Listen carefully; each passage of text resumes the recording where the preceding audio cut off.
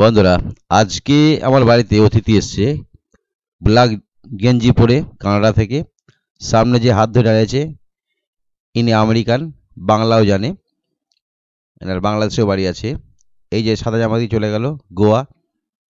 আর এই যে টুপি মাথায় দিয়ে ভদ্রলোক, ইনি আমেরিকার। চারজন অতিথি আমাদের এখানে এসছে।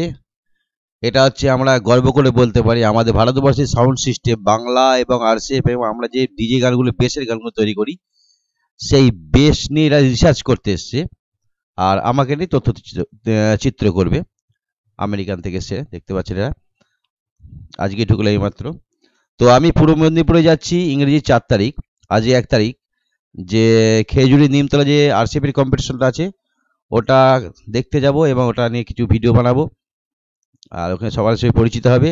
আর আজকে এখন বর্তমানে এই ভাইগুলোকে আমি মল্লিকাপুর কম্পিটিশনের ওখানে পাঠিয়েছি। এই রাত্রি, আজ রাত্রি কম্পিটিশন, ওখানে কভারেজ করলে কালকে আমাকে নিয়ে শুটিং করবে, পরশু আমাকে নিয়ে শুটিং করবে, তারপরের দিন 4 তারিখে আমরা পূর্ব মেদিনীপুরে যাচ্ছি, তারপরের দিন আমাকে নিয়ে শ্যুট করা হবে।